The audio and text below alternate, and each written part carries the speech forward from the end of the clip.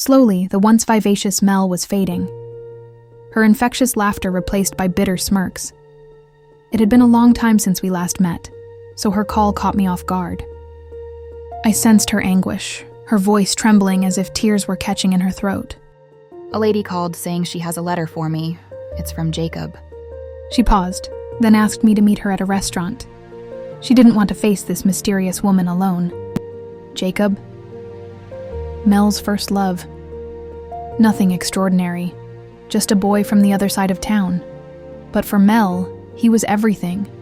Their love was young, reckless, and free, the kind of love that belongs only to teenagers. Our father soon found out. But instead of anger, he revealed a devastating secret. An illness he could no longer ignore threatened his life. As the eldest of 3 daughters, Mel bore the weight of his plea. "Think of your sisters," he said.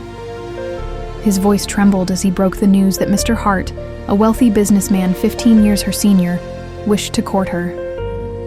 Tears streamed down her face as she chose duty over love, leaving the boy she adored behind. When Jacob heard the news, his heartbreak turned into restless resolve. Seeking escape from a world that no longer held Mel, he enlisted in the military. Before leaving, he wrote her a letter. "I will find my way back to you, Mel. I'll be a wealthy man, and we'll have the life we dreamed of. I promise." His words became her anchor. But after he left, she never heard from him again. Until now, with this mysterious woman. We finally met her, and she introduced herself as Elise Millard, Jacob's daughter. Mel's expression faltered. She sat frozen, desperate to hear what had happened in the 22 years since she last saw him. "My dad died when I was an infant. He was caught in the middle of a battlefield in the south of France." The news struck Mel like a thunderclap. I realized she had never truly let go of the hope of reuniting with Jacob.